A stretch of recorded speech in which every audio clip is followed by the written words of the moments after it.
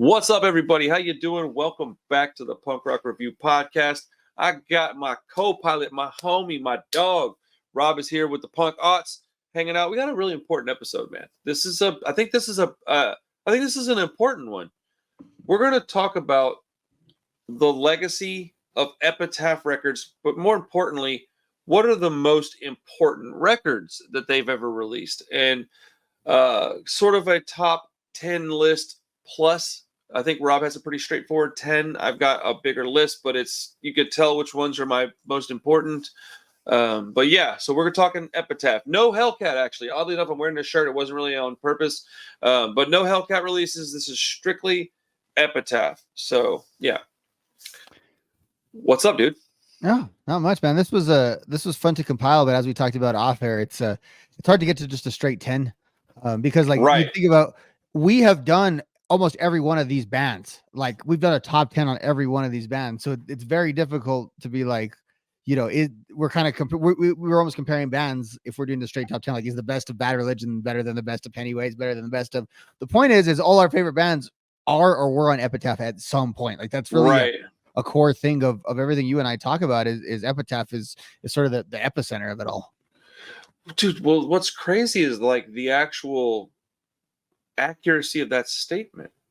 Like, oh my goodness, is everything I ever cared about on EPITAPH? Like, yeah, in sincerity, no, but that is the foundation that my entire life is built upon, because I wouldn't care about Charged Records, AF Records, or Punkcore Records. I would never got to any of that stuff if it wasn't for EPITAPH, and that's what we're fixing to talk about. So yeah, we got a lot to talk about tonight. So before we go any further, I want to officially retire the hat, dude. Oh man, Today's Bell Rocket, because your boy got a new one, bro. A new Today's Bell Rocket hat, yes. Yeah, I went to the show and picked up 2, bro. And I got some photos with the guys. I filmed the whole set. If anybody wants to watch it, it's on my channel in its entirety. And they have verbally agreed to do the show. So let's see if that actually comes to fruition or not. But they were very nice. So and they told me, like, dude, just hit up our Instagram. We see everything on there. And I said, all right, cool. So we'll see. That's cool. That's cool. That's one of my favorite bands. Be on the show here while you did that. That was a big moment. Bro, I love that hat. So I literally called my wife. Should I get a second hat? She's like, yeah, you should definitely get a second hat because you're going to need it. I'm like, I run these hats to the ground. So yeah, dude, officially saying goodbye to the OG hat. I'll probably still wear it a little bit, but it's different, man. It feels different. It's a different material, different logo. It's like the bigger logo with I kind of prefer the big logo with no words, but I don't really care because I love the band. So pretty iconic logo though. Dude, it really is, man. I might get that one tattooed on me one of these days.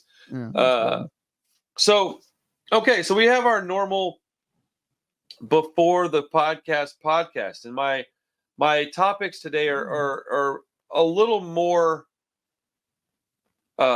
pinpointed in our actual conversation than they normally are. Normally, it's like something out of left field. Mm-hmm. So the things I want to ask you today, let's see here, is the first question that I've got for you, because I think this is a necessary topic, especially since the whole podcast is based on this subject for the most part. Is EPITAPH Records, is it the major label for the underground? Yeah, I have always thought of it like that. Like, I mean, even Green Day said it, like, that's why they just wanted to go to a major, because it was like that's their status within that zone. Like, I think of bands as making it, getting to EPITAPH. Like, to me, that means you made it. Like, right now, if you're asking me, is EPITAPH a major label? No. I will hard stop and say that no. Are they the biggest indie label of all time? Yeah, probably. So they do have that distinction, and they are that though. But like, and it's not always the case. I think Chris number 2 talked about it. It was more in reference to Fat Records, but it applied. Like, for punk bands though, the difference is it doesn't mean you have made it. Whereas, like, if you're a punk band and you sign to Atlantic, even though your album might bomb, you're gonna be a rock star for like 6 months at least. Whereas like, you still have to do the punk rock thing and all that, but like, you're on the label with like Pennywise now. You're on Bad Religion's label. You've been blessed by the punk tastemaker. You've had it. Yeah. And they have resources too that I would say just go beyond, even compare them to like Fat. Like Fat is a really small time operation compared to like Epitaph. Epitaph, Yeah. and Fat has survived all these years, and that's its own story and all of that stuff. And it just think about how big, and Epitaph too. I do wonder though if they are a major now, but I wonder if I only wonder that because of how diverse of what they put out. So like, I know people who like mainstream music who like bands that are on Epitaph. They don't know what Epitaph is. So I don't know. You know, that's a whole different story, maybe, but I don't know. I have an actual retort to that because it's something that I was thinking about as you said it. It was passing through my brain. So let's use my label as an example. We're very small, right? But if I model myself after any label, it is Epitaph, because I'll do a hip hop record, I'll do hardcore, I'll do metal, I'll do punk. I love punk and would love to just be a punk rock label, but I don't just listen to that music. And my friends don't just play that music. So for those reasons, I will put out other things because I'm helping my friends and the scene more than I'm helping myself. So I think that that's what Epitaph is. I think that that's the place where the legacy bands can reel it in a little bit and chill, and they don't have to perform as well as they would on, say, Atlantic. They don't have to carry it. Yeah, correct. absolutely. And for that reason, I don't think that they're a major, because if they were a major, they would have to have ginormous hit singles. They would live on that. But no, they live on touring. They live on legacy acts that are still making records. But they're not worried about Olivia Rodrigo numbers. They're worried about, okay, can we put out the records that we want to put out and please our fan base and stay diverse and just exist? And that's different to me. No, and it is, because think about a lot of the bands that you and I like, and I like Bad Religion tours and stuff, but a lot of like NoFX and a lot of these guys, they kind of just play festivals mostly nowadays. They will tour here and there, but they're able to do that, but still be fully supported by an Epitaph Records. But again, the relationship with those bands still seems to be very punk rock in that way of not necessarily a handshake deal, but kind of the independence, the true independence in I think in that way. And so I think you can have your relationships can be kind of different, but it's like, but as you were saying, like, think about the clout that like a Rancid brings or a Bad Religion or a Pennywise. Any of those ones were to sign to a major label would be trying to milk the hell out of those bands to get you and I to buy their stuff. And Epitaph just lets them be, as you were saying. Like, I had never thought of that. That's true. Exactly my point is they can just come out and make the music they want. And I'll say that the one single reason that Epitaph is not a major label, the singular reason. Now, everything else can be talked about. There are other talking points, but the major reason they're not a major label is because they don't interfere with the artist's product. They go, hey, we like you, make something for us. Here's what we made for you. Okay, we put it out. Did it do well? If it did okay, hey, we're interested in doing another one. You got any more material? Oh, you do. Cool. What is it? Oh, that's what it is? Cool. We'll put it out. Not, I don't know, man. I think you need to cut 2 of those songs. Actually, I need you to add 3, and we need one of those to be a single, and it has got to chart. Well, why? We just put $200,000 into a video for you that's nobody's going to give a shit about in 2 weeks. So we need to recoup that cost somehow. Dude, they'll do videos, they do tours, they back their bands, but they're doing it from the third row versus being like, what are you doing? They're not micromanaging these bands, dude. And that to me is the core value of a label that can be considered independent, because their artists are still independent and can make their own decisions and create the things they want to create. And I think that is something that we don't have very much. Fat does, but it's not as eclectic as Epitaph. No, and that's the thing about it. Like Fat is very like sustainable, I think, on its own, and is a very Fat's the more punk rock label, though. But it's more purely punk rock. Yeah. It is. That's what I meant. There's no like, and it's funny because some people get like critical of Fat because like, oh, are they a pop punk label now? It's not like, pretty much they are way more of, they still carry more of the legacy, I think, of like the time period that you and I would talk about versus what Epitaph is now. But I would say here's what's funny about that though. I think like to the newer acts, I think the cachet for them being on Epitaph isn't necessarily that they're on Epitaph, but there's a certain amount of reach. Like all the like new music I know, a lot of it is like bands that are signed to Epitaph or some of like the emo rappers I know and that kind of stuff that I'm not a fan of, but I've watched their video. I found it because I follow old Epitaph social media accounts. I'm seeing them on YouTube, so I catch that stuff. So I'm being exploited not for my nostalgia the way I necessarily would be with the mainstream. My nostalgia is being exploited to at least see something new and be, and at least have I'm not really into that stuff, but get a literacy in that stuff. And the Epitaph versions are always more accessible to me. Like if it's a genre of music I don't really like, but they're on Epitaph, I don't know if it's just because I trust Brett or what it is, but I tend to like that interpretation of it. No, I absolutely trust Brett, and I think that Epitaph bands that sign to Epitaph are smart because they're like, hey, look, we've already got our TikTok audience and our Instagram audience, but what we need our Facebook audience, and we need our don't do social media audience. And the only way you can get to that is if you're on a label like Hellcat, because that's who that is. They're the people that don't care about TikTok. They're in their 40s or 50s. They were into punk in the 80s and 90s, and they still like it, and they still follow Epitaph on maybe Facebook, or if not that, they just like Google it and look up the new releases, because I went and looked at their entire catalog, and it was mind-blowing, the bands that I had no idea were on Epitaph. So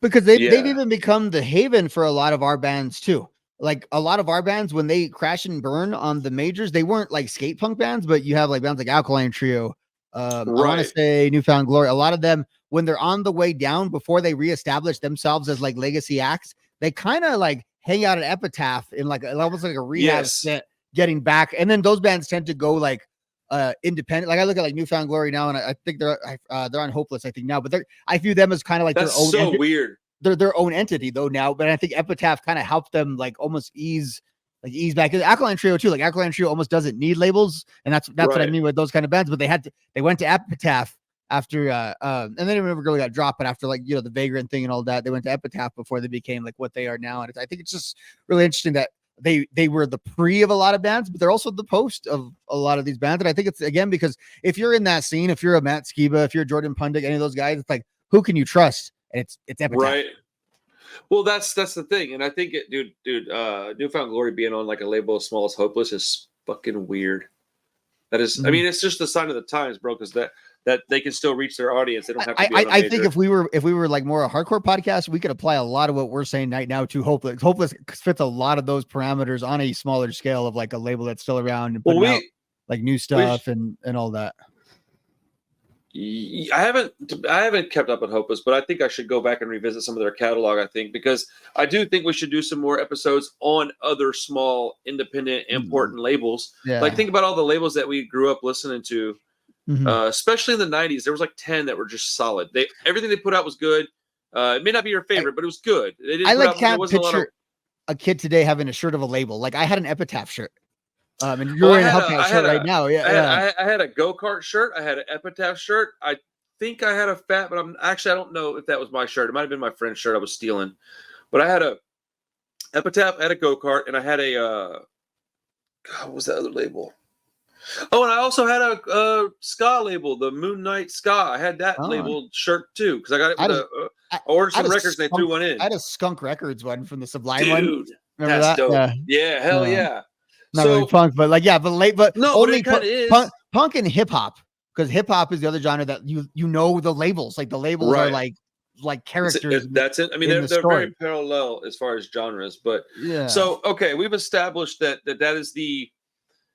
Epitaph is the what is like the beacon of hope for all punk bands. You go, I want to go there. It's the final destination. Where do I want to land? I want to land on Epitaph. If my label can mimic that in some small way, I will be very, very happy with that. All right. So yeah, I think that is the major label for the minor leagues, man. I think they stay out of your business. They let you do what you need to do. And I think that's wonderful, man. So shout out to Epitaph for being just absolutely amazing. You get to tour with cool people. Like, again, you get to put in front of eyes like ours because you get to tour with these guys. And I think that we are cool people, as much as my viewers will say I'm not. Bro, if you read some of my goodness, dude, I've been getting roasted lately. How do people take your emotional breakdown on punk guitars? How did the public respond to that? Oh, bro, you should go look at the comments. You, for one, would be shocked. I'm scared. No, I don't want to. I'm too sensitive to see them. all I can say is that I'm fixing to do a whole ass Brian Setzer video. Oh, cool. Dude, it blew my mind. There's been a couple of haters, but there's been a lot of positive feedback about you would think specifically him. I'd have thought I'd have been the majority opinion on that. You know what I mean? But I no. thought you were too. I was Yeah. shocked. People were like, dude, fucking love Brian. I'm like, my people, you're here. I can But see yeah, it. whatever. No, I just thought it was interesting. You know what I'm That's saying? cool. Like, Yeah, that's right cool. or wrong, who And now cares? you get a video. Now you get like a piece of content out of it. You get to talk about something that you like. That clearly people want, and I think And that's pretty people nice to want, have yeah. some And direction. you probably wouldn't have known that otherwise. I So it's pretty really cool. sincerely wouldn't have. Okay, So your soul bearing was worth it. Cool. crazy, huh? I was really surprised, but I did get flamed a couple of times. Okay, so since we're talking about the best / most important / our favorite records on Epitaph, there are two shiny little diamonds out there. They're just blinking at me, and they're like, hey, don't forget about us. We can't. You're too damn big, too good. Let's get this out of the way. We're not talking about two records specifically, and there's a third that almost got there that I'll talk about in a second. But which album is more important to Epitaph? The Offspring Smash or Rancid and Out Come the Wolves, comma, and why? And there is no right or wrong answer. I'm just asking for your opinion on this, and I'll give my opinion, and they'll probably be similar. And then the people in the comments will hate me, and they'll probably like you a lot. Okay. That seems fair. That's a tough question. And I knew it was coming because we discussed it last week. And Yeah. I've spent all week not really having a good answer to it because I think they serve different roles. Sure. Because like Epitaph doesn't get to like rise to the occasion that they rose to it and like performed like the ultimate feat is what they did in '94 by staying independent and still having that next week. They don't get that without Smash. Like Smash is the catalyst for so much of that, and so much of like punk rock is owed to some of the success of Smash. With that said, Epitaph isn't the only label that ever had a hit record, and usually those labels die. And part of why they were able to maintain that and still be around and all that is because they had a whole new batch of hits, and the biggest hit that they had post Smash. And I want to say, I don't know this because it's hard to do research on punk rock records as far as their album sales, but I got to believe Out Come the Wolves is the second highest selling album, at least from the 90s era of Epitaph. And I think that totally matters because if they would have just had one hit, they probably just go out of business or they sell out in a couple of years. If they didn't have an Out Come the Wolves, which there was no guarantee they were going to get that. It was very touch and go to keep Rancid. But I think it was that it was that important, and it helped everything else kind of keep growing too, because it's not like they died in the, like they almost get stronger like in the late 90s. Like it's crazy. Like post Smash, they're almost better because all of this stuff that's popping in 94 that doesn't get to continue popping with the Offspring, it all keeps getting bigger and better. Like Let's Go turns into Out Come the Wolves. Eventually, Punk and Drublick leads to all these other NoFX records in that decade. They lose Bad Religion, which was a bit of a hit. And I think that's also the other thing that has to go in that, because that's like, to me, the important Epitaph records are the Bad Religion records, but these are the two biggest. So yeah, you needed all that, but Bad Religion was gone then. So the bearer of that label was Rancid. Like, it was Rancid and NoFX are kind of the two top dogs in that period. At that time, admittedly, even by Fat Mike, how he talked about, he eventually got his quarter gold record. He went punk rock gold because they just didn't sell as much as Offspring and Rancid. And Offspring left, Rancid stayed, and that's to the long-term health, it's definitely Rancid, because again, they don't get to that position. They're intertwined. They don't get to that position without Smash, but they're not still alive today with that Out Come the Wolves. Like I firmly believe that. So they'd be owned by someone, it wouldn't be. That was my thought, is that they would have sold to somebody. But let me preface this by saying a lot of people don't like these questions because it's super clickbaity. Like who was better, Tom or Matt Skiba? And it was not about that question. It was about, do you have the patience to click and just listen for a second? Because if you don't, you're not going to understand that the whole point of the video was, well, better at what? And that's what this is. This is another one of those videos that people are going to get really pissed off about and be like, why do you even have to talk about this? Well, that's the whole point of the podcast, is it's a conversation of a topic we chose. If you don't want to watch it, then why in the world are you clicking? So prefacing this by saying that it's just a conversation, man. Like that's all it is, man. Like if you're here, thank you. If you're watching because you're angry, like I just don't get it. Like, dude, go do something that you enjoy doing, or like have a conversation with us about it. Disagree, but be nice. I don't understand all that, and I only say all that because I had to, because it is one of those situations. It depends on what you're talking about. Which one's more important for what reasons? Like you said, it is not a simple question. It's not a simple answer. It is a 2-pronged question with a 15-prong answer. So, which one's the more important? Which one's the better record for Epitaph based on money? Well, that would be Offspring. But longevity, Punk credentials, like that matters as much as people want to say it doesn't. Punk points exist. And if you are Epitaph and you put out Bad Religion and Rancid's first album, and then Offspring Smash comes, and then all of a sudden you're not really trying to work with Rancid anymore. You want to work with Green Day and Lit and all these like pop punk, some 41's now what you're chasing. Well, dude, you've lost it. Because the whole point of your label was that you just put out records that are badass, and then if some of them succeed, they succeed. And so I think that Rancid's and Out Come the Wolves is their most important record because it does both. It gave them a fair share of money, and it gave them the cred that they needed to still remain punk. Because, again, as important as the people want to say that's not, it is. I don't make the rules. I just live by them. So, but that's very important, especially to this finicky scene of people. We act like we don't care about fashion. We do. We act like we don't care what anybody thinks about us. We do. We act like we're gonna not go out there and obey the rules. We do, because we have to have jobs, have to pay for our house, have to live, we have to eat. Like, stop. Anarchy is stupid. Like, let's be individuals. Let's be ourselves. Let's be creative. Let's help each other. Let's do this and that. There are ways to be punk rock without having to be an asshole. And I think Epitaph nailed it with Rancid, because they got what we've both established as the coolest band of all time to like just ride or die with these guys. And even though they did some of it on Hellcat wouldn't exist without Epitaph. It's an imprint of Epitaph. Yeah. So here's the thing. Like, as you're saying that, what resonates with me is like I am exactly the test case for this, because like I wouldn't know about Epitaph if it wasn't for Rancid. Offspring were just a pop band to me. You know what I mean? They weren't like it didn't matter to me the label that had the Offspring first. Maybe if I was like a super Offspring fan, that would have been something, and but like that didn't matter to me. That's a good point. The reason why I found Epitaph, and the reason why I knew about Epitaph, is I got a Punkorama DVD because Rancid was on it.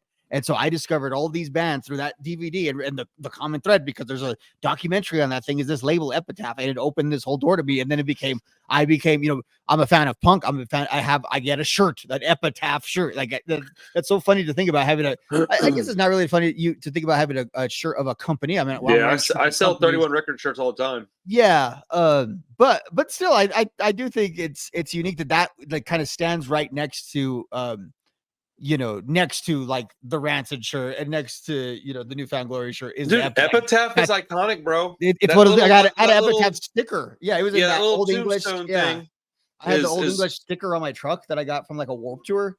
You know what I mean? And probably in purple. Yeah, it was it was like a blue thing, exactly. Yeah, and it's funny because and they also were tastemakers. Like by the time I get to them in the early 2000s, like, they've already had a second run with all these bands we're talking about, and all of those have been home runs. So like, I'm finding them, all these guys are like the legends on that label. So, and they're putting out, like Indestructible and all that, like these major records. But also, they did go in that generation. I kind of like started losing touch with them when they started actually going into pop punk in like the mid 2000s. Well, we're going to talk about that in a little bit for sure, because there's a lot to talk about with that. Right. And I think after that era, the era that I'm kind of at the tail end of it, is when they don't necessarily chase trends, but they know what's popular and what young people are going to listen to. And they are always like I wouldn't say they chase trends. They're right in kind of lockstep. They're trendsetters if they're anything. Yeah. Because like they also bring it, but they still appeal to the same basic alternative kid. They just kind of widen that spectrum while keeping us around. But it's like, they also brought up the Linda Lindas like that. Yeah. That is because of punk rock. Like, that is why that's the label they did that. One thing that I was thinking of as you're saying that is like, it's not that they were like, they just happened to see, like, I think that their main concern is quality over quantity. So they may not have like 10 metalcore bands, but they'll go out and pick up Architects. They may not have, 10 like female acts, but they'll go grab the Linda Lindas. They'll go grab Atmosphere, even though he's hip hop. And we're going to talk about all these guys in a little bit, man. But I think that Epitaph Records, yeah, dude, they're trendsetters, bro. And they have an iconic logo.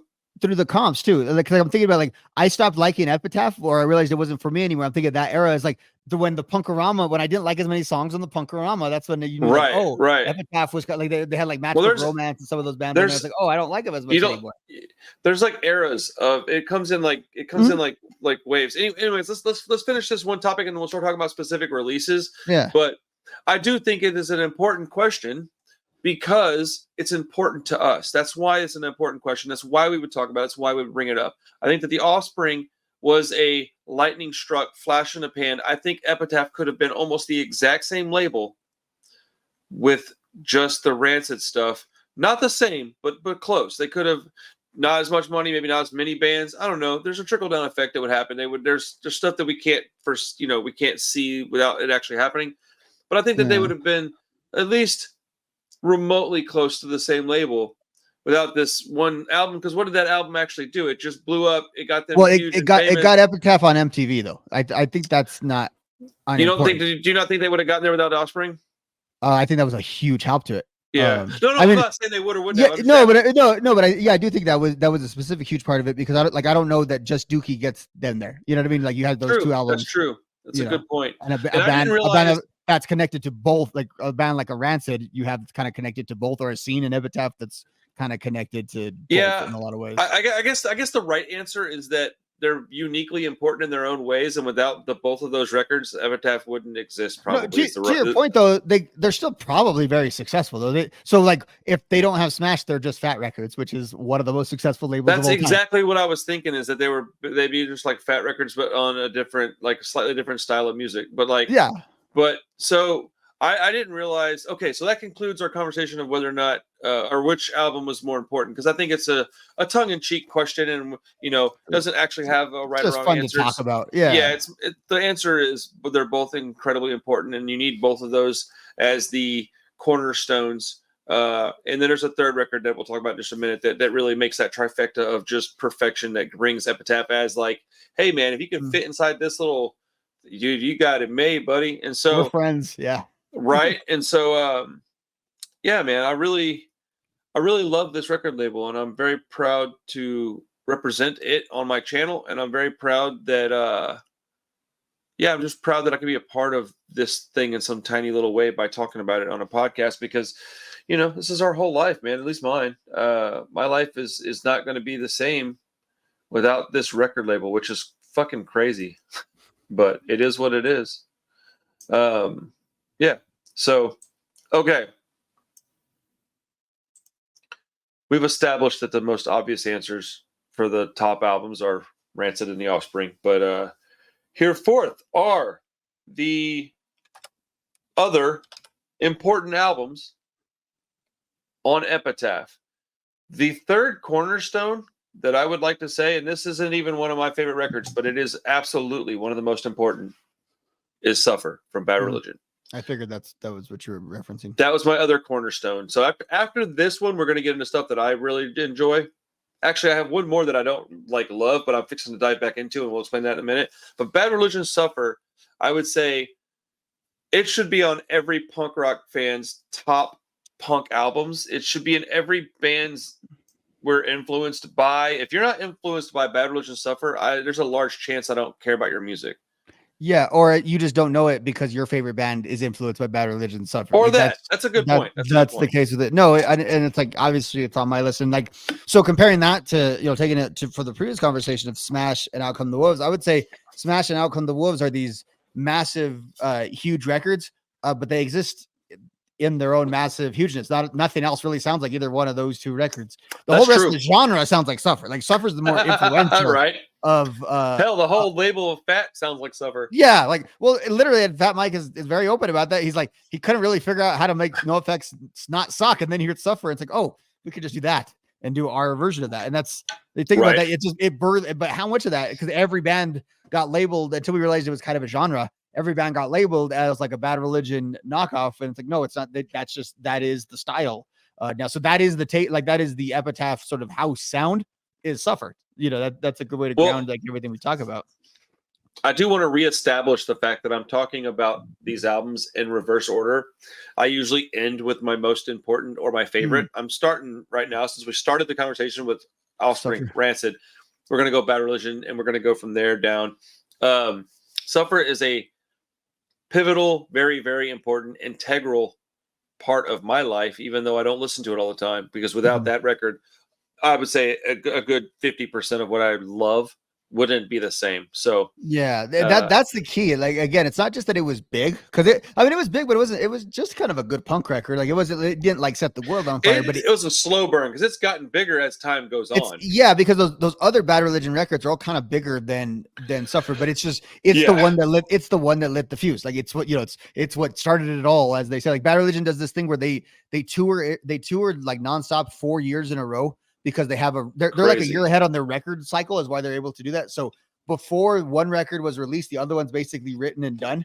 And that's how they were able to be so prolific in the 90s. And I think those records were bigger, but the reason why they were able to have that and go off the momentum and all of that exists because of Suffer. And again, stylistically, it's probably if that was a conversation, if this was a podcast, stylistically, the most influential punk albums of all time. I mean, it's up there with like the Ramones and the Pistols and all that type of stuff. I'd say it's a top 10, likely top 5. Yeah. It's so important to basically the second half of punk rock, like basically all the punk rock that's like the original punk rock, if you want to go like the 70s through the 80s, but everything that has came after that, including a lot of stuff that's been picked up by like pop music. So it's underrated even in that. Like I think a lot of people will acknowledge that like there's a lot of like indie bands and stuff that have made it big, that like, yeah, Green Day was their favorite band, or the Offspring were their favorite bands. I think Suffer is a little less acknowledged in that space, but like the Blink-182s and those guys don't exist without Suffer. Like that era of pop music, the catalyst of all of that stuff is Suffer. So it's a little too punk rock for those folks to really talk about, because they don't really even understand that they love it, and they do. Like, if you were to take a kid that loves MGK and let them get to be like 18, 19 years old, you go, here, listen to this. They're almost certainly going to be like, oh shit, that's really good. Yeah, they would never believe that Mark Hoppus, like that, like that's the record, that's one of the records that turns him into the songwriter that he is. Like the reason why he's able to write those songs is because they wrote these songs, and it's just facts. I think that's what kind of guys like us exist, to sort of connect those two dots, so we can kind of exist in both both spaces. I'll take that credit for sure, for sure. Okay, so coming up next is let's get this one out of the way. It's another album that I don't really care about. I used to really dislike it, but it's growing on me a little bit. The Descendants, Everything Sucks. My shirt today. Correct. Actually, I didn't realize you were wearing that shirt, because I can only see the Descendants on there. Yeah, but this was intentional, because it's extremely high on my list. And you know me, I like to troll you specifically. Well, I mean, you really do. But I mean, honestly, it's very high on my list, and it's because it is pivotal in the growth of that subgenre of pop punk, Ramones core, whatever you want to say. It actually spawns a couple of different things. Ramones core being a very, very specific kind of pop punk, and then just pop punk in general. We disagree on the level of importance, I think, on this record a little bit, but we absolutely agree that it's a monumental record. Like, whether on this record, I think it does. I don't think we disagree on this record. We disagree on my list of college, probably. But on I'm this talking record, about the Descendants in whole, I think, is just my point. More like the band as a whole. Okay. But yeah, I'm gonna be listening to this album a little bit more. I'm seeing them pretty soon, and I don't like to see bands where I don't know any of their music, and I don't know a lot of their music. I think I know more than I realize. We have a podcast coming up, you and I, where I'm gonna have to take the lead, and I think we're gonna have to do like a Descendants tour. No, dude, please do, man. Show. Yeah. No, because I'm in a Descent for the same exact reason. They're coming to town too, and I'm gonna go see it. So I just like all day. That's why I got in the mood. Is I didn't really study for this test. I've just been listening to Descend. I've just been in that. Have you?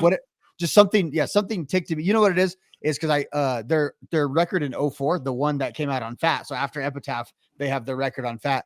That record is nearing its 20th anniversary, and I saw like a thing about it because it's an 2004 record, and that's been my anchor is diving into that album, and and you go into that and you're like, well, what did they release before that? And you're like, oh, it was Everything Sucks, because that band, the Descendants, has such big gaps in their output, and that's why like Everything Sucks. It's like, oh yeah, we pretty much agree. You and I do disagree on the level of the importance of them, but like we don't disagree that they are important, and it's like. Right, it's debated as their second or their third best album. Like if it's that album on a band that's that big, it's got to be very high. So is Milo Goes to College considered their best?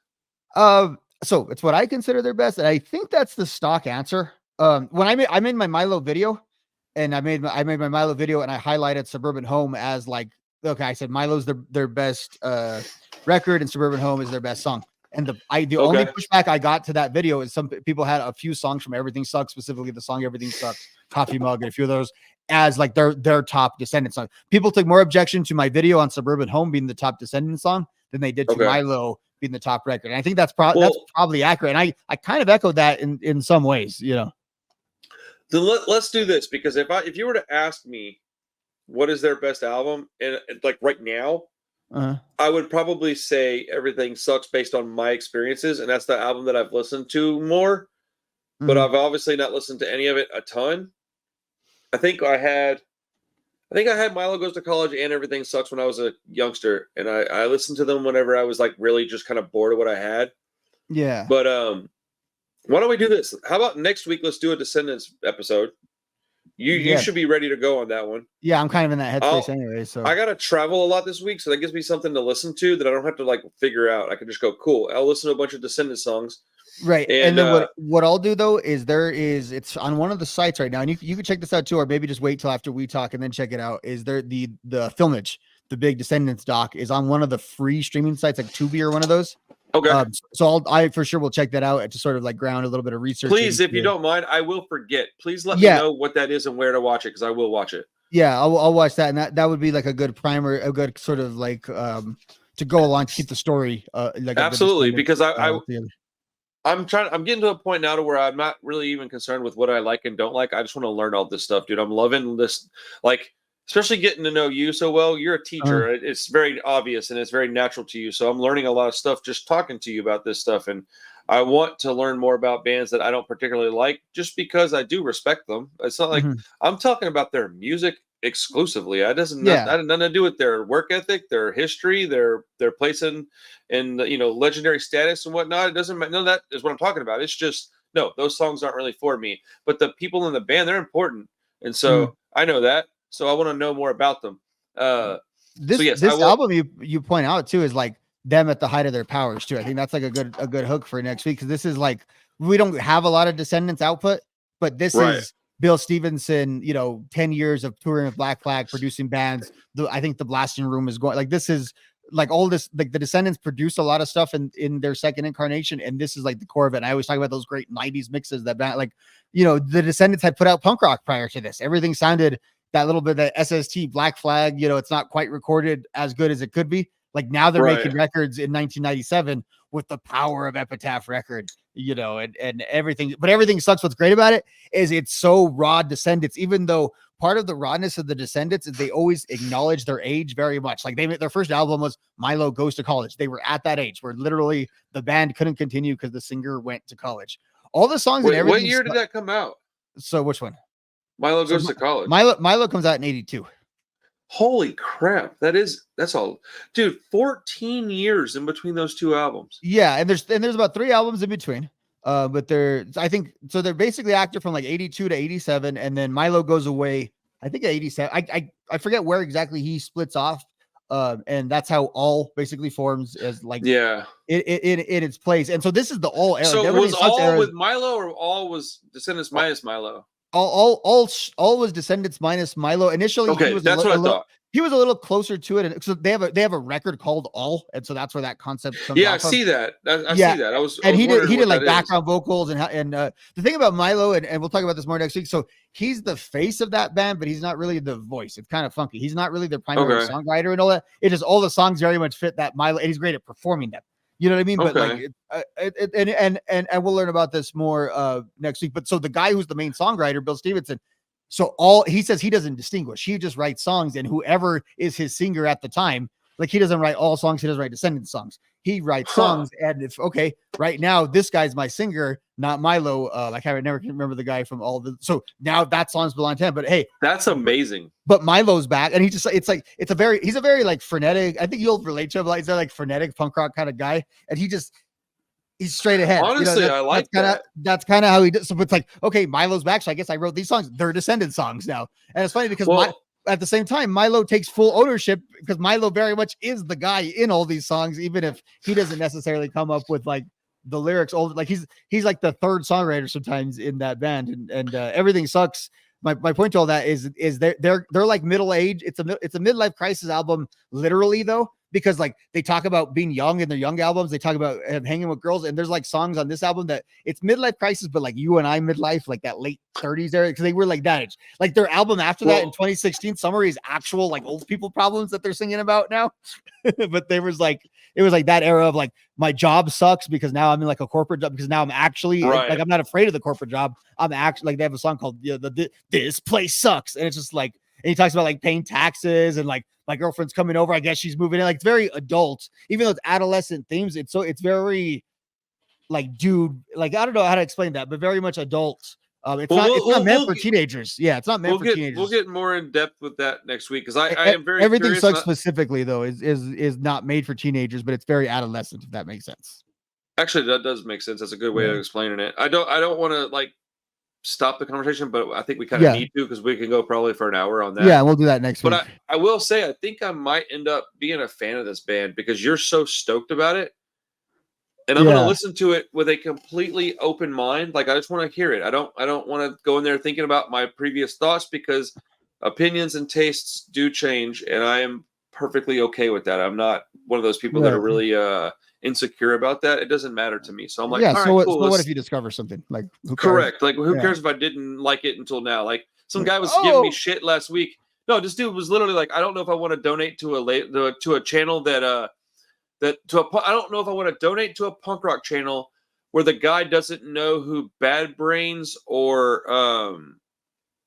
somebody else is. And I was like, I never said I didn't know who they were. I said I wasn't a fan of their music because when I listened to it way back when, I just didn't like it, didn't resonate with me, so I never stuck with it. Like, what's wrong? I don't understand what do I have to get your approval to be a punk rocker? Like, fuck off. It's a pretty wide genre too. You know what I mean? Like, that's kind of what's nice about it, is there's a lot of different flavors of this stuff. Yeah, and these people with their fucking, it's so weird to have somebody gatekeep shit that, like, when they're not even like, they're not making videos about it, they're not producing a label, they don't have a record store, they don't talk about it with anybody, they just sit in their room and talk shit on the computer, and which normally I don't really care about, but it just doesn't make sense.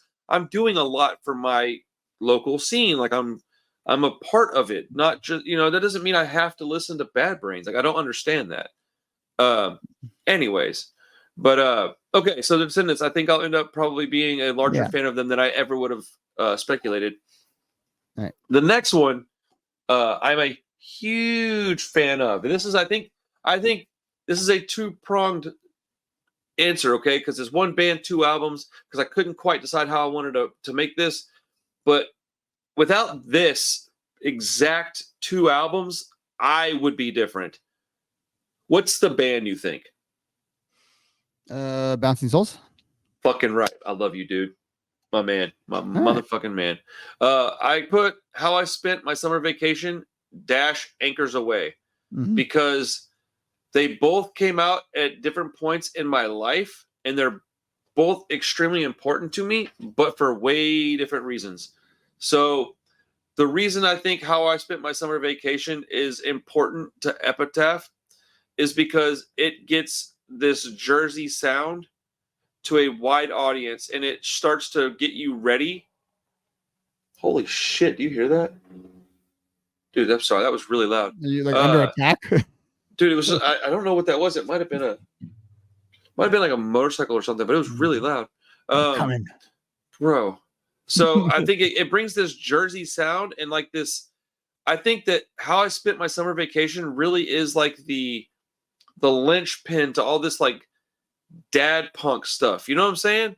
Like, that's where it all kind of. It was more unique with the bands that because they were the dad punk band of what I listened to at that time, because that was like my era of that stuff, and they were like the emotional band of everyone I listened to. Yeah, that's probably a better way to put it. Like having that, no, but you're right, because like having that and then having like Pump Up the Volume. Like, one of those bands was clearly in a different headspace than the other.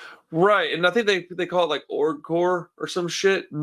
I think that this is like, maybe not the genesis of it, but like definitely very, very like infancy stages of it. And I really got to be in touch with like myself, and I got comfortable listening to stuff that wasn't just screaming. You know what I'm saying? With How I Spent My Summer Vacation. Now with Anchors Away, you literally have like their Mona Lisa. The evolution's complete at that point too. Into that, what Correct. you're saying, So that dad rock sound, like that's the peak of it, yeah, and I think both of those albums are just so crucial to Epitaph's like back catalog and like what I consider like their cred. I'm like, no, dude, they put out the Bouncing Souls records, man. Those guys are forever awesome for that. It's those bands though that build labels. It's like the fourth best. That's where that comes. Like, we know the Rancids are great. We know the NoFX are great. It's like it's that stuff. It's that stuff that sort of builds like the brick and mortar of these places. They put out Summer Vacation, which, like, what a clean album that was, and like clean, yes, and clean tones that were on that album, but just like what a well-made album. That's the thing about these Epitaph albums. They were, for punk rock, they really were just so much more well-made. And again, shout out to Brett for being an engineer, I think by trade. Is a big part of that when he owns the studio.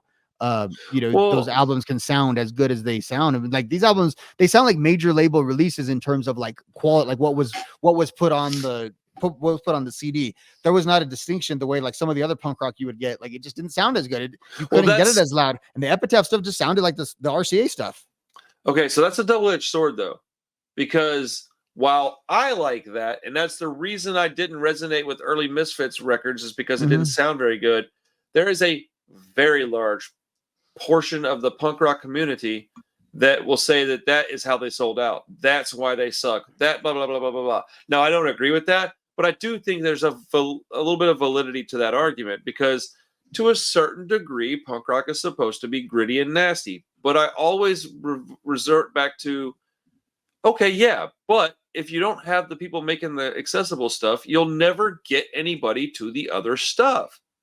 Like, if you don't have somebody listening to the Bouncing Souls, then you will likely never have somebody that's listening to the Casualties and GBH and Discharge and even like D-Beat bands like that. You have to get there somehow, and very few people jump off the porch listening to D-Beat punk, crust punk, fucking Power Violence. That stuff, you get there somehow.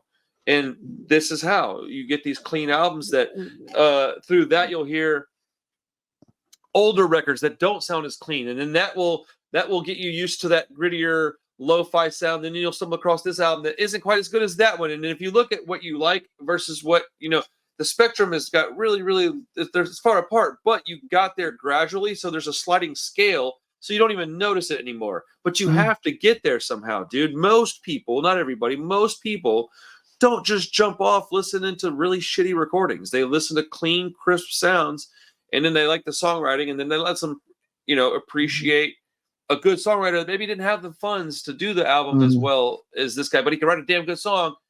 And that's how you get like early NoFX and early Bad Religion. Like, that stuff didn't sound as good. So anyways, tangent over. No, and I think Bouncing Souls fills that role for me specifically of like, I think we talked about it a little in the podcast. Like, the first guy I ever knew who was like a real punk rocker who like, like committed crimes and stuff. Like, the band we had in common was the Bouncing Souls. You know what I mean? Like, that was the band I knew that he, like, that was like, I was like, oh, they're real punk rock. I was like, that's awesome. They sounded poppier than a lot of the stuff that was on the radio, to be honest with you. You know what I mean? So it was kind of funny that I wasn't even aware of their initial catalog at the time. I was aware of How I Spent My Summer Vacation. So it just blew my mind that this guy who, looking back, he was kind of a tryhard, to be honest with you, in his music. But like, some of those people, but he probably really wasn't, because he genuinely loved Bouncing Souls. So like, he had other sides to him. He just didn't want to ever kind of admit that, Here's something that I don't often admit, because I love How I Spent My Summer Vacation so much, and I love Anchors Away so much, that there's a topic I don't cover very often, and that is that when I heard How I Spent My Summer Vacation, I thought it was bullshit. I was pissed. I was like, this is too polished. This is too clean. Because I was like, dude, like 19 years old or some shit when it came out. I don't know, 20. And I don't know. You were a fan of the previous two records too, right? Which are fun. Correct. Like, those records are fun. How I Spent My Summer Vacation isn't exactly fun in the same sort of way. It's a lot heavier. It's a lot heavier. Yeah. The tone and the subject matter, all of it's a lot heavier, a lot darker. But I was really pissed off. But then as I kept listening to it, I was like, okay, I can understand, like, this isn't very far from Hopeless Romantic, and that's not very far from Self-Titled, so I guess technically this isn't very far from Self-Titled. And then when we get to Anchors Away, it took me a couple listens, and then all of a sudden it just clicked, and I was like, oh, this is perfection. Like, this album is beautiful. So it's just like one of those classic albums, though. I think that one, I think you could it's hard to get someone's mind open enough, but you could play that for like someone who just likes general rock, and you play that album and they were like, that was pretty good. Like it's inoffensive enough too, but still, has the stuff that you and I like. But I have played that album. It's just a good album. Yeah. I've played that for people that were normies and they like it. So let's get this ball rolling, man. We've been on here for an hour almost already. This is crazy. So the next one is another. This is another. But see, these are important records, dude. I don't want to just gloss over them. We owe them some respect. So the next one is another pivotal, like, flagship record. I know you know what I'm talking about here. Okay. Where am I going? It's very generic. It's well, dude. Okay, you think Epitaph? Think of like their flagship albums. If you had like 5 Epitaph records you could pick out, and you were like, "This is Epitaph." Okay, we've already talked about Rancid. We've already talked about Bad Religion. We've talked about Offspring. It's gonna be either Pennywise or NoFX. It's NoFX. It's Punk and Drublic. Punk and Drublic. I would consider that like another one of their flagpole albums. It's like my list. It's my number one. My number one that's not and Out Come the Wolves. So it's my number 2 officially, but it's my number 1 for purposes of like this conversation. Absolutely. It almost made my number 1, but I think I'm a bigger Bouncing Souls fan than I am a NoFX fan. Yeah. So I had to put that there. I would say it's my, as far as favorite records, it's my favorite record probably of the, not more than Wolves, obviously, but Wolves is almost like sacred to me in that kind of way. Right. It really is my favorite album for so long, and it's assumed, and it's a lot of people's, and Punk and Drublic kind of serves a very similar, like if I ever made my top 10 list, first of all, there's about 5 of my list would just be like, it would kind of come from this list. This is not too dissimilar to my album list, but like Punk and Drublic, like I would have to have Punk and Drublic. Like even if I wasn't feeling NoFX or Punk and Drublic, or didn't even feel like they fit into my top 10 or whatever, it's like I would always just kind of have to include it. For as much as I know I've loved it in the past, continue to love it, and like it's influenced by Suffer, and then that was like the next Suffer. Like then all the bands, maybe they were a little too young, or they didn't quite catch Suffer, or they soured on Bad Religion because Bad Religion was a major label built band by 1994. Well, the band that kind of fills that vacuum in that specific way of the skate punk, because Rancid's big, but they're not skate punk. They're like a different type of genre. So the band that fills that is NoFX with Punk and Drublic. And it has all the things. It's cleaner than anything else they had ever did, but it was still enough that the people who would have liked it already liked it. It's like, it's not like it's so much popular than White Trash. It's just better. Like that's the thing about it. It's just better than the other stuff. It's not necessarily popular. The way bands, like, it's a cleaner album in that like they play better. They're the second album with Heffa. I think that's a huge thing. I agree with that. They're in with the Ryan Green. They're away from Brett. They didn't really work well with Brett. That's the thing. They were Brett and Mike are headstrong personalities that kind of clashed in the studio a little bit, and I can see that do their own thing. Problem. Yeah.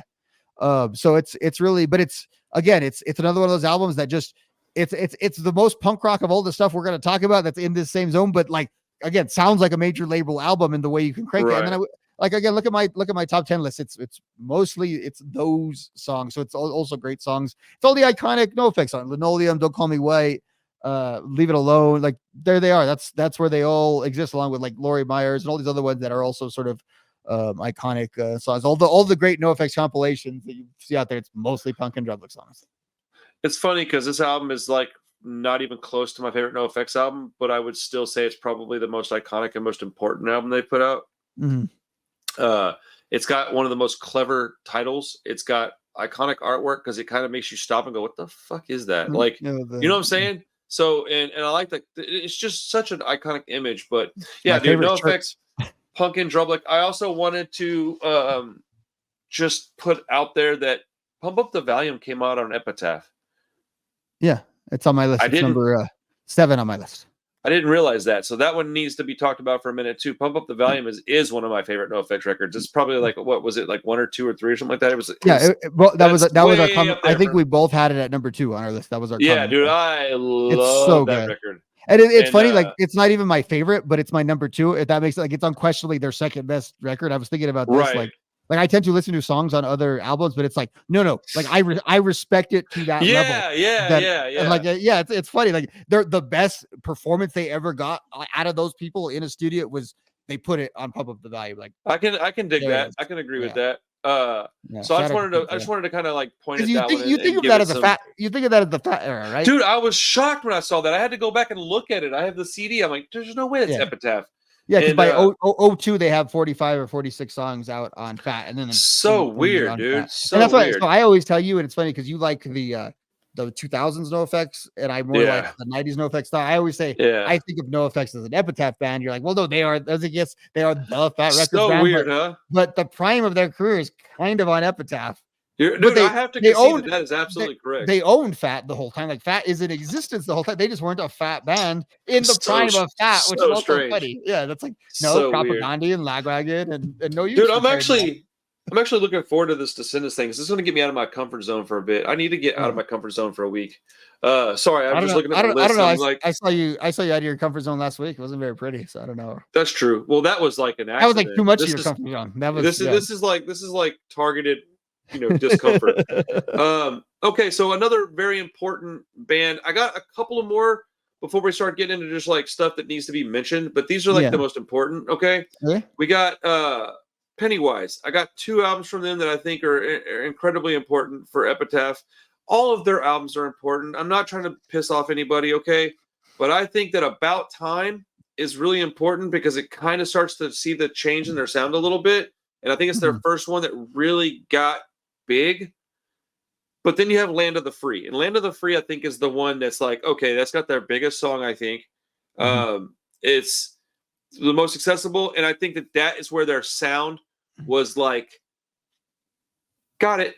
That's it right there. Keep it there. Keep it there. Keep it there. Keep it there. That's what Land of the Free is. Land of the Free is where you're like, we figured it out. We like we're on our journey and like, we shit, we got to our comfortable spot. Everything I just said about Pump Up the Volume would apply to Land of the Free. Like it's the best performance you ever got out of the band. Like again, let's go. Not even necessarily all of my favorite songs, although like on our list it was my number 2 album. So like Pump Up the Volume was my number 2. But that's as far as an Epitaph album, like. If this album specific to Epitaph and all their stuff's on Epitaph except for that one album, so it's kind of a silly conversation.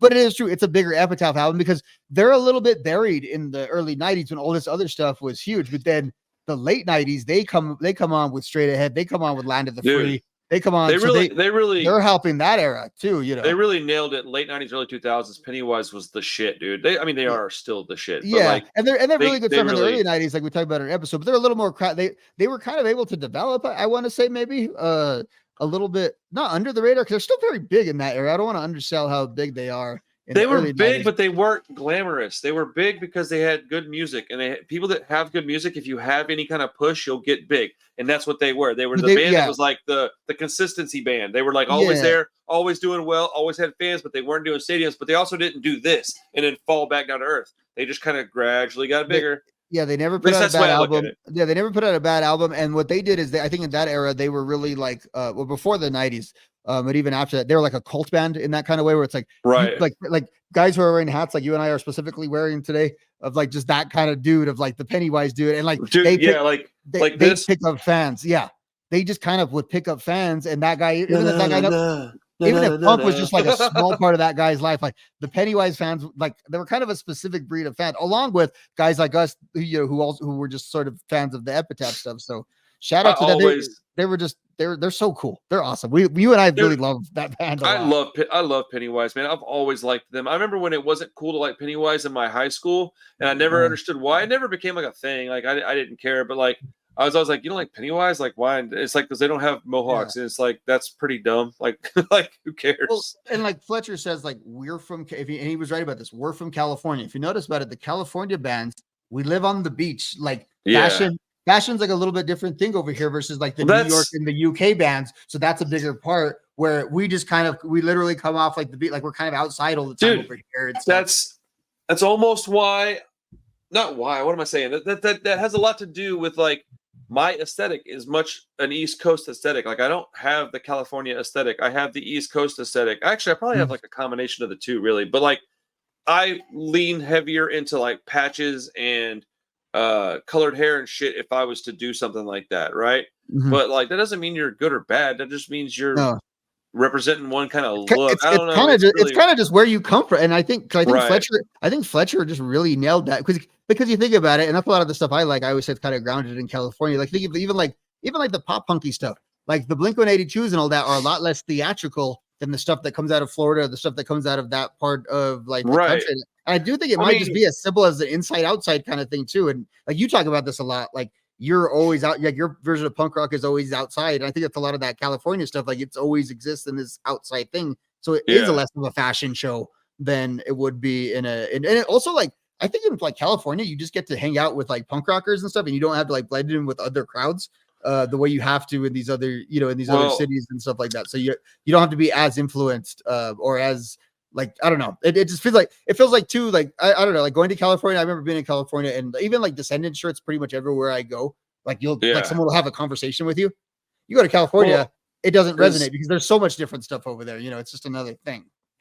I hate to say this, but I'm trying to live in reality here. But like on the East Coast, a lot of punk rock is fashion, and like combined with everything else. Like, I'm not saying that it's just fashion, but like it seems to me like California, it is much more a lifestyle first, fashion third, fourth, or fifth. Like they don't really give a shit. They're more comfortable in a hoodie and some sandals. And you tend to get more like punk rock interested, like people that are interested in punk rock that are like Californians. I've noticed by that same token, who aren't necessarily, they don't wear the punk rock uniform, but so their fans in that part of the country reflect that as well. And that doesn't make anything good or bad. I'm not. No, it's just one of those things you kind of notice. It's an observation. Yeah, it's just an observation. But all right, I mean, on to the Canadian next. punk fans are weird because they're from Canada, so we can't discount that. 100%, my friend. On to the next one is an album that I've never even heard in its entirety, but I do recognize its importance. That would be RKL's Riches to Rags. I've heard. Okay, I say I've never heard it in its entirety. That might actually not be true, but I can't recall it. Yeah, I heard them a couple of times, didn't really resonate with me. And then as I'm getting older, I find that I actually do kind of like them a little bit. I'm shocked that you're not, you just like didn't come up on them. Like I would think they're right up their alley. I feel like I might have just missed it for some reason. Yeah. Like because the other day I listened to them and I was like, shit, I kind of like this. I don't remember liking them at all. So I feel like that might be one of those bands that it wasn't even that I didn't give them a try. I heard them, was like, this song isn't really for me. And I just never, ever went back to them because here's the thing, dude. There's a million bands out there. So no matter who you are, I have bands that I love that other people are like, I don't even know who that is. I'm like, I don't care. It doesn't make you less important to me. So like, people don't know who One Man Army is, but they like Pennywise. Okay, dude, I like One Man Army. Like, so if you like RKL, I'm not gonna get mad about it. But as I get older, I'm finding out that I think I was stubborn, is what it is. Is I was just like, no, I don't like them, dude. I don't need to go listen to it because I don't like them. And it was like, well, how do you know? I don't think I actually knew. I was being a young person. I was being a child. I don't know. I'm okay with that. It is what it is, dude. You live and learn, man. You get up and you grow up and all that stuff. So Riches to Rags, I think, is likely to be important because of who is influenced by it more so than anything that I've heard from it. And I am going to go and do that, probably a retro review on that album and just talk about it in its entirety. Yeah, it's they're one of those bands that they're almost more infamous than famous, or more like influential than like had good career. Yeah, so like that NoFX sound just does not exist straight up without RKL. Like that is the through line. Like you did, like, and to the point earlier, maybe you didn't listen to RKL, but you listened to NoFX, so you got like some RKL stuff. So I think I absolutely heard them and thought, okay, it's just shitty NoFX, because I'm almost certain that's what I thought, because I remember listening to them because I saw their cover and was like, oh, I've definitely had that in my possession at one point.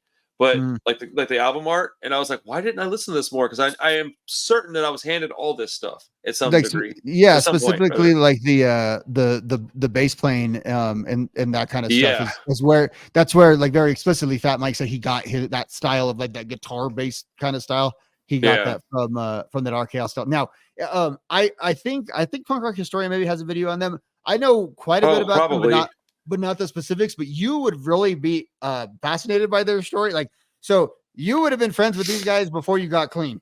And so, but they actually, That's the stipulation though. Like, you would have been doing drugs with these guys. I find their story now more entertaining than you are going to, because it's to that level. But there's a lot of members of that band that still have like legacies in other places and that kind of stuff. It's a band with a legacy. That is for sure. A band with a legacy. One that's, kind of when like Fat Mike and Joey Cape and Little Joe, who's now plays the Lagwagon, who used to play in a version of RKL. When those guys go, like I kind of think a band like RKL might get forgotten. Like they're just kind of in that zone. Really? Yeah, because it's like you said, like it's like someone like you, like who's such a big punk rock fan, they're not really essential in that kind of way. They were so Right. dysfunctional that like a lot of other like people in the business, I think, didn't even like them. At some point, they're Crazy. one of the they're just one of those infamous bands. Yeah, I was gonna say they definitely have a reputation of infamy. Like they're not. Like I how many of them are even still alive at this point? I don't know. I know a few of them have passed away and stuff. It's but an important band. I mean, it's a super important band. Yeah, I will be doing a video of some kind on that record here in the near future. So, boy, oh boy, we have a lot to talk about still. Do we want to split this up into two parts? Not really, man. I don't. I mean, no, because now we have a pretty good rhythm going. I think we should just keep going. If that's okay with you. Yeah, that's fine. Okay. No, I don't. I don't like 2-part videos, man. They drive me nuts, dude. I really hate them. And here from here on out, I think we've kind of gotten to that was the foundation of Epitaph, and I think that is probably like the most important. So these ones we're going to talk about. Some of these you're not going to even care much about, I don't think. A couple you are, but a couple you're not. And so let's move this along a little quicker. So the next one would be Agnostic Front's Something's Gotta Give. And that is because the reason that I think that album is so important to Epitaph is because this is when they start going, okay, we're going to put our fingers in this pie and this pie and this, and we're going to start to have a little more variety. And I would like to think that maybe that had something to do with Tim and Hellcat even, because Agnostic Front was a hardcore band, but since it was on Epitaph, I saw it as a punk band. I didn't think of them as anything other than a punk band. But they're legends, dude. And by this point, they've already been legends. So I just think that a whole crop of people got introduced to New York hardcore through Epitaph.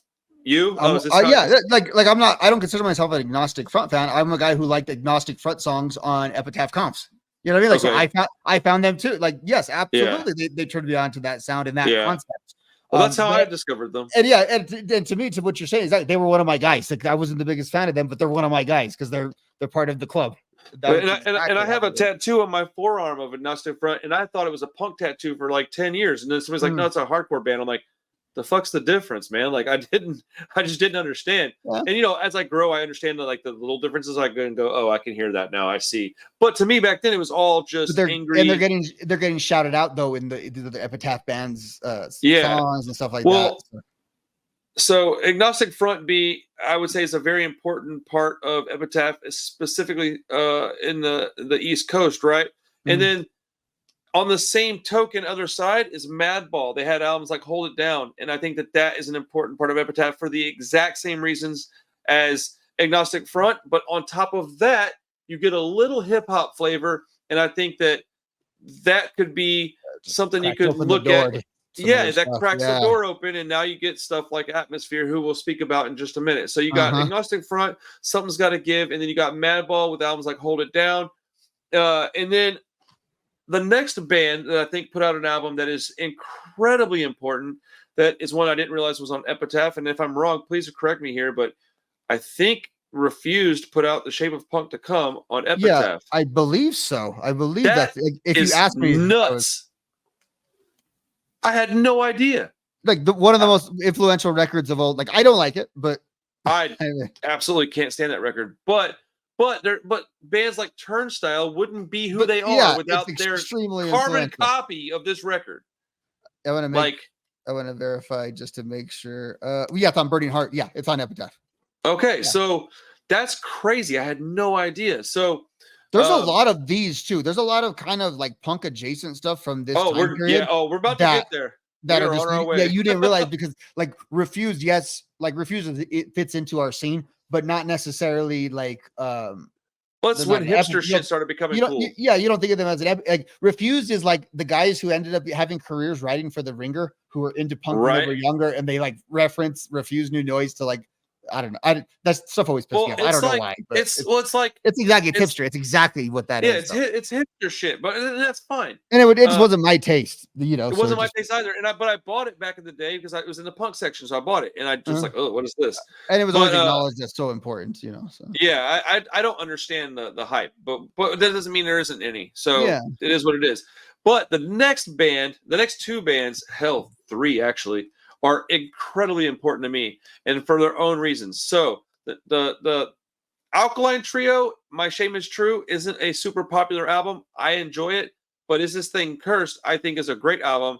And you had mentioned earlier that that's where they can kind of rest on their laurels a little bit and gather themselves on Epitaph and create things like what we have with their new record, is based on the fact that they were able to have a home, create some albums that may not be as iconic as From Here to the Infirmary or Good Morning, but I like them. And there's definitely good tracks on each record. But as a band, who's going to say no to signing Alkaline Trio?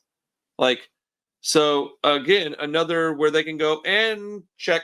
We got this stuff too, guys. I didn't even realize that album was. I thought that album was on their own, whatever this last one came out on. I didn't realize that one was an Epitaph release. Yeah. Well, unless I'm tripping, but this is no, why it is. This is I what looked it up. Okay. No, I looked it up. You're right. I'm saying I didn't even realize that. Like, heck yeah, it's like exactly. Think about what we talked about a couple weeks ago when we were talking about the new Alkaline Trio record. How Skiba said that like he did sort of have to put Trio on the back burner during this time period. And remember, this album kind of came out of nowhere. But again, the place to rest then.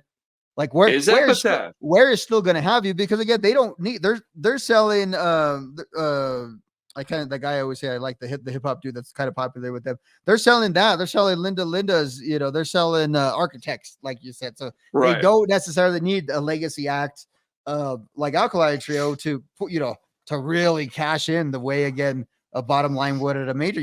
That is a really unique position that they are in that I haven't really honed in on until tonight. Yeah. It's amazing, man.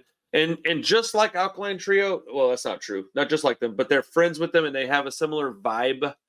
But you get albums like A Flight and a Crash, Caution from Hot Water Music. And another reason why they're so important to Epitaph is because they're a completely different region than all these other bands. Dude, they're from Florida. So now you got Epitaph, California, some New York. Dude, boom, the South, bro. Conquered the country, yeah. Man, and those albums are perfect, dude. Caution, and I know you're not a big Hot Water guy. No, but I acknowledge. I love that band. I love that band. And those two records I'll put those up with anything, man. I'll listen to those just as quick as anything else in my collection. I love those records, man. I think they're incredibly important for different reasons. Maybe not to the degree of an Out Come the Wolves, but dude, that's an accessible label. Getting this band out to people, I don't know. I think Hot Water Music is incredibly important. Another one that I would hear on Punkorama comps, and that was like my exposure to because of Epitaph. Yeah. Yeah. Very much. Yeah. Okay. So the next three are they're going okay. I just put 4 albums in one. We got Hello Exile, After the Party, Rented World, and On the Impossible Past from the Menzingers. Yeah. Bro, I think the Menzingers, that is their 4 albums, dude. That's it. That you will never get that from them again. And so peak dad punk is early Menzingers. Like you have the Menzingers, like the Lillingtons, then you have like Nothington, but the Menzingers are the most accessible. They're like right beneath the Gaslight Anthem is Menzingers. And so that's a whole nother subgenre of people. And you get people like me finding out about the Menzingers because they're on Epitaph. So it's like a double help. You scratch my back, I'll scratch yours. You bring me your crowd, I'll bring you mine. And toured with a lot of our guys too. Like that's how I was kind of kept touching. Like I'm not really a big fan of them, but I'm always aware of their stuff because they're always like they're always in my business, so to speak. Have you heard these 4 records by any chance? Bits and pieces. Yeah, I can't tell you what's on what and all that. I would love. We might do a Menzingers deep dive one of these days because they do have 4 albums of great music that I would be shocked if you weren't to enjoy it. Because I think as you age and the things that you're going through in your life, you might be able to relate because this is more of like the mature punk. This isn't the screamy anarcho. This is still punk rock, man. They still do it themselves. It's still DIY. But I think that those albums serve a purpose in this conversation. But we will move on because we are running out of time. Vinny Vitty Vicious from the Hives. Again, I had no idea that was on Epitaph. Came out on Epitaph. Yep. Bro, that's a big record. That's the record. That's a big record, dude. That's like that competes. That's bigger than Rancid, I would think. Yeah. No, that's why like the biggest Epitaph record's kind of a little misleading, right? Because they put out some Right. huge records. It's just like Dude. no one would argue that's a punk record. But think about that comes out in the early 2000s. But like Epitaph is such a well-oiled machine that it's not a big deal that they just kind of put that out. Dude, I know it's so good. Oh my goodness. I actually really enjoy the Hives. I like their new album too. I It's very hate good. the Hives and I hate that Oh, style of really? music. Yeah, I just Oh, all that, those like, you know, the bands. I hated those bands so much. I don't like many of them. But the Hives, they have a very punk rock bass, and it's very Yeah. clear. They're All those bands are influenced by punk, clearly, and I would say like all of those bands would also say like the Ramones are their core band as oh well. yeah. I They're just think very Ramones. we come off of a different branch of like what we get from Yeah. like my taste comes off of me, like me and the Descendants come off of a different. We take something different than what like the indie Right, band right. Well, would I do, mean, yeah. this stuff is where we start to part ways, which is why it's so low on my list, because Mhm. it's not No Effects and Punk and Drublic and Rancid, Out Come the Wolves, but the Hives put out a fantastic record, and it is also from a different country. I think that deserves some recognition. Where are they from? It's like not Australia, but hold on, New Zealand maybe, or something like that.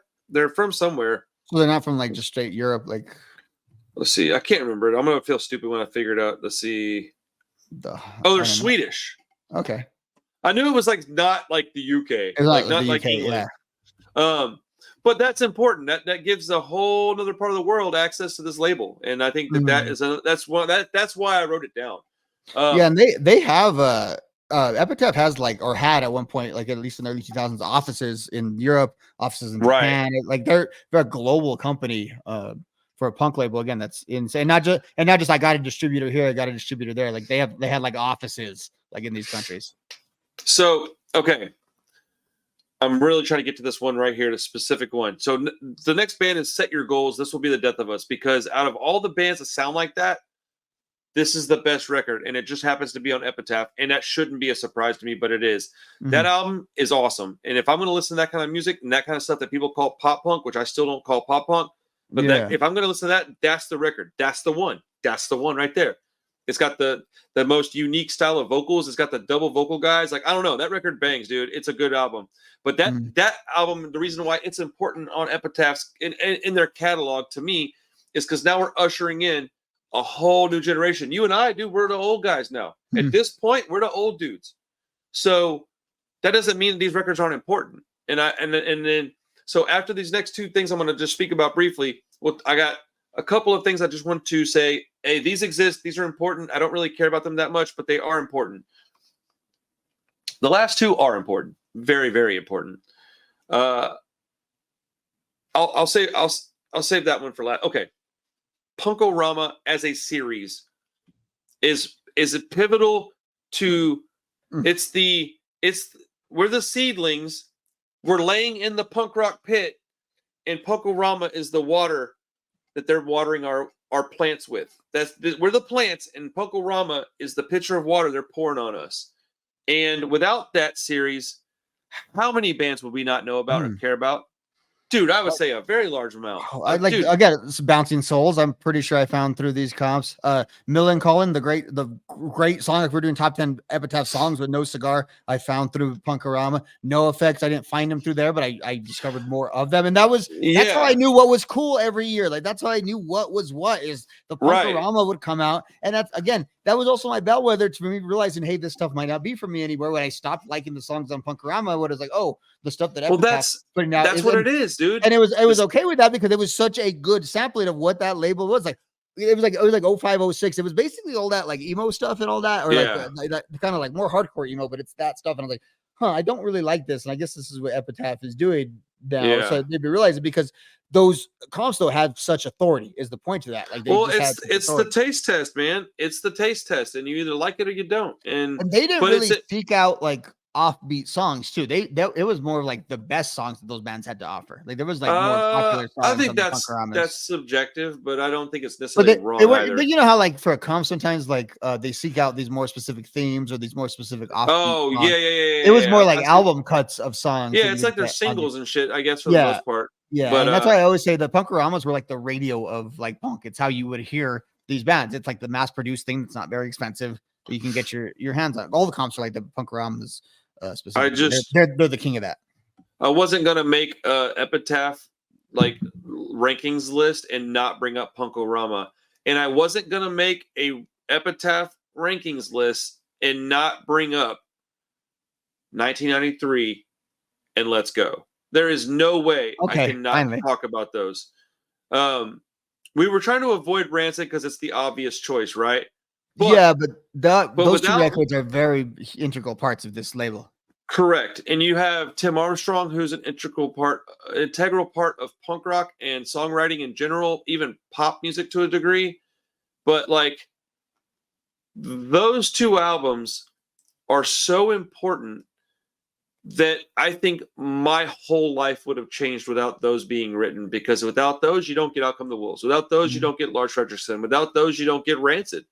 Without those two albums, you probably don't have the funding to do Offspring and Out Come the Wolves. Without those two albums, you can't lean on Suffer and Punk and Trouble for the rest of your career.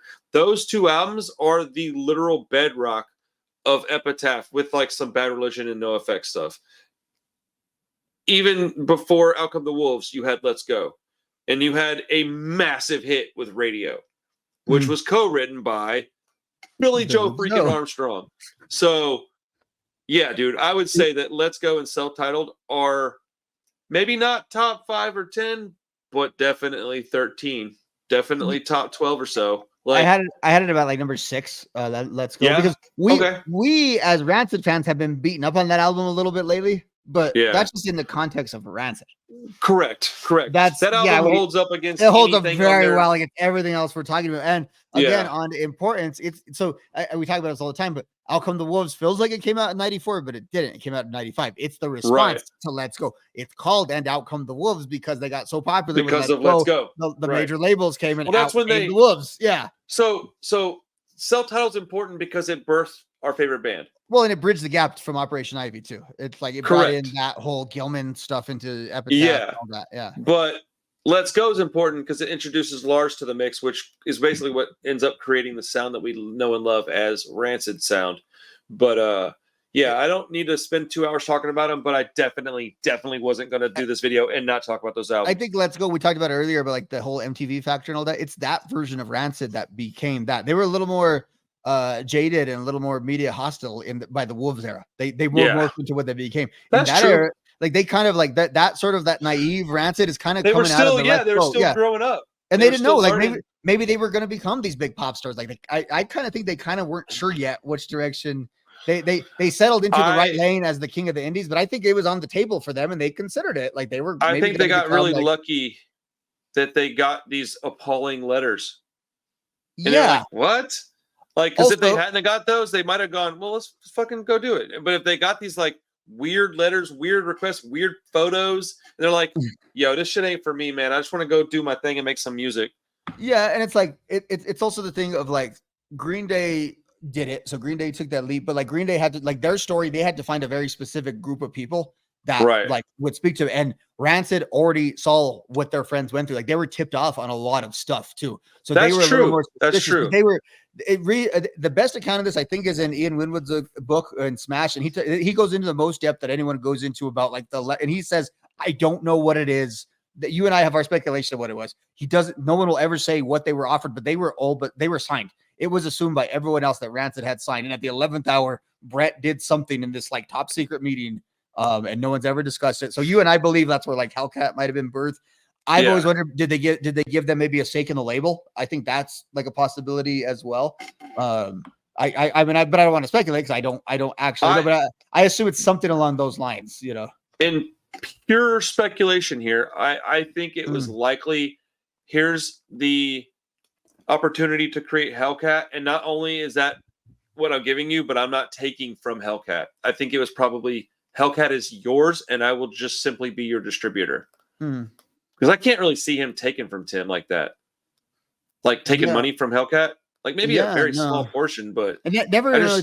So all the acts that are big acts that have ever been on Hellcat are still on like the Interrupters have technically never released anything that wasn't on Hellcat. Like they didn't have the Hellcat imprint on it. Same thing. The Dropkick Murphys albums came out as Hellcat, even though Epitaph had a big part in that. They had a big part in the Distillers album. Like they helped Hellcat and kind of considered those as like their bands, but they they very much let those come out as Hellcat releases. Well, that's what I'm saying. I think because they even looked helpful. different. They looked different. Yeah. They sounded different. They were, yeah. you know. So I think maybe they were offered like, because I don't think Matt and Brett cared as much. I think it was a Tim and Lars thing, and I think Tim was really wanting to remain true to this specific, like, I don't know, image, ethos, whatever you want to call it. And Lars was just kind of like, I'm down for whatever. I just want to play rock and roll. Yeah, and, I think Lars was going to fit into whatever setting he was kind of correct. Yeah. So, but yeah, I mean, who knows? Like I said, but that is where these two stories are most intertwined with the Rancid Epitaph story is sort of that's kind of the pivot point, even more so than the Offspring stuff, because they're put in that position. But if we get into how we started this podcast, if Rancid just leaves at that moment, though, if alcohol doesn't exist, like again, they probably just sell in that era. Like they probably do just sort of sell. That is the end of that story. Epitaph exists as an imprint right now, as a legacy thing, as part of like, you know, MCA or something. Yeah. Okay, so we have basically reached the end, and we hit it in the 90 minutes. I'm a little surprised we got here. I'm glad we didn't separate it into 2 episodes. Yeah. I'm gonna mention a handful of releases. We don't really have to talk about any of them unless you want to.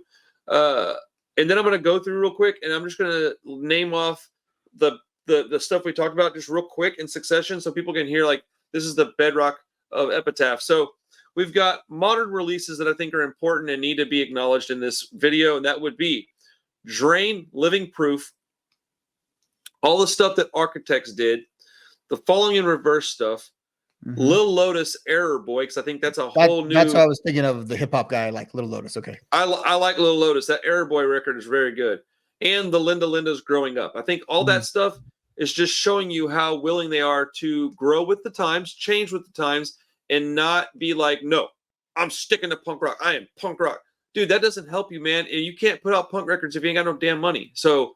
Yeah, they're an indie label that they're not a punk label. They're not an exclusively punk label. They used to be a punk label for the most part. Yeah, they're an indie label. They're still the home of all that punk. Like they didn't kick Pennywise off because now they're doing Little Lotus. You know what I mean? Right. That'd be so, dude. I would never ever buy another record. So that's what it is. Like now we're saying, like, yeah, they're still an indie. They're just they're more like a major in that they have, like, you know, a major you get Metallica and you get like Whitney Houston maybe working for the right. That's kind of, they're that of like punk, yeah. Honorable mentions would be Tom Waits did stuff on Epitaph, which I think is amazing, and Atmosphere, the rapper.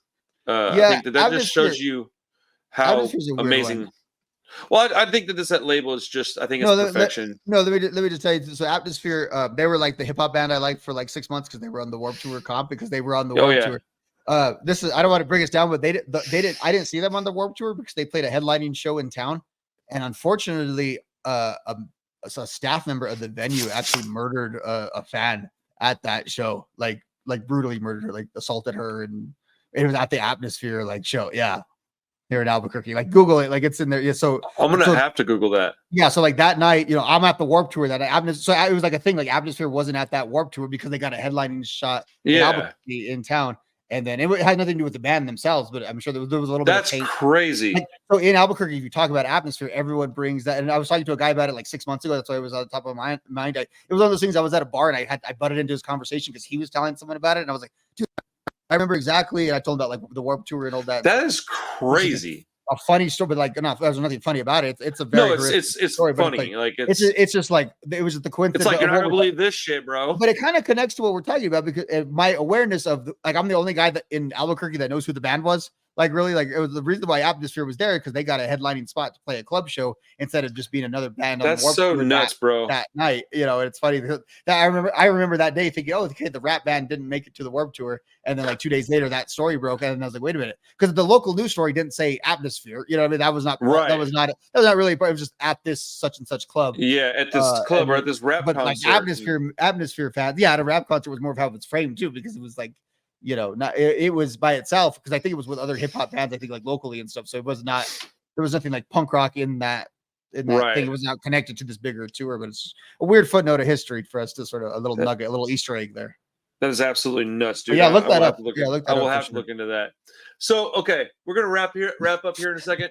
No, this is an awesome episode. I hope the people are. I think it's one of the best we've done, honestly. I really hope people that watch this are patient enough to let us talk and listen to what we're saying, because I feel like I gave everybody their due respect. Mm-hmm. And if anybody was to ask me, hey man, how do I get introduced to punk rock? I would say Epitaph. And then I say, okay, cool. Where do I go from there? I would say the following. I would say you start with Offspring, Smash, and Rancid, and Out Come the Wolves. You then go Bad Religion, Suffer, Bouncing Souls, How I Spent My Summer Vacation, and Anchors Away, The Descendants, Everything Sucks, No Effects, Punk and Drublic, and Pump Up the Volume, Pennywise, Land of the Free and About Time, RKL, Riches to Rags, Agnostic Front, Something's Gotta Give, Madball, Hold It Down. If you're real weird, you go Refused, The Shape of Punk to Come. Alkaline Trio, Is This Thing Cursed? My Shame Is True. Hot Water Music, A Flight and a Crash, and Caution. All 4 of the big Menzinger records. The Hives, Veni Vidi Vicious, Set Your Goals, This Will Be the Death of Us, and the Punkorama series. Most importantly, you'd go listen to Rancid from start to finish. And then you maybe if you're young, you hit Drain, Living Proof, Architects, Falling in Reverse, Little Lotus, Linda Linda's, Tom Waits, Atmosphere. I say all that to say that Epitaph is the greatest independent record label of all time. It is the gold standard. It is what you would want to be if you were aiming for a record label. I would want to be them if I could be. I owe them most of my life at this point. I owe them most of my childhood. I love this record label. I don't care how cool it is not. It doesn't matter to me. I would think that even people that claim they don't like it do. So, yeah, Epitaph Records rules, man. I had so much fun doing this. Thank you for letting me take the lead on this one. This was a blast. Yeah, it's such a fun topic and because there's such a big part. Like everything you said, if someone just listened to all those albums, they could basically do like our podcast. Basically. Well, that's kind of my point. Is that the whole spectrum was basically there in Epitaph. If you need an introduction to punk rock, here you go. You got a full education in it. You can get pretty much anything you want from this. Because if you don't have it here, you can get to the Casualties really quick. You can get to GBH. You can get to Discharge. Everything is right here because you just go 1 point. Like what is it? The degree of separation. 6 degrees of separation. Yeah. You get 1 degree of separation to that stuff. You're going to get like, everything you want. Literally, the brand new album came out. Like the one that was so famous came out on Epitaph. Like people don't remember that. The brand new album came out. Again, another European thing, but that was how they pulled that off too, because that's how badass they were. To be honest with you, I just think when it's all said and done, if history matters at all. And who knows, dude, if the world blows up, it won't. But, like, until then, this is the place, man. This is where you go when you want counterculture. This is where you go when you want good music. And its little brother is Fat Records, man. You want some more of it, go there. If you want more just, but even, punk rock, go to Fat. Even through the labels, like, that's your access point. Like, oh, one of their big bands also has their label. And right. Like, boom, there you go. Dude, and then you get Hellcat too, bro. I mean, I'm telling you, man. One of their big bands also has their label. There you go. There's another one. So, yeah, that's crazy. You really can't go wrong with Epitaph. No. I want to thank them and everything that they've done, and they'll likely never see this, but dude, and they owe me a lot of, because I put their kids through college with all the CDs I bought. 100%, dude. So next week we're gonna do the Descendants. What are we gonna call it? Our favorite Descendants records, or our favorite Descendants songs, or what? The best of the Descendants. That's what we're going to call it. Because that's how I'm going to frame it too. I'm just going to kind of go through a sampling of like what's the high points, from. You'll take the lead on that, and then I'll just offer my points at the end of the show. I'll say, hey, this is what I liked. We'll have a conversation. But and then we'll both watch Film Edge. Okay, what is it and where is it? I want to say Tubi, but it might be Pluto.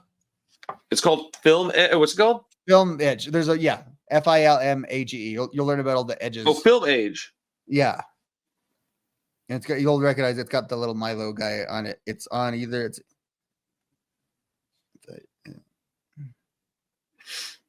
Let's see. My wife is like, "Where the fuck is this full at?" Tubi. It is on Tubi. Oh, I love Tubi. Okay, cool. And it used to be Amazon Prime used to have it used to be just something on Prime, but it's saying here too. I watched it like the first half of it the other night with commercials, but I'm gonna sit down and have me a good watching this weekend, a good popcorn style watching. FILMAGE. FILMAGE. Okay.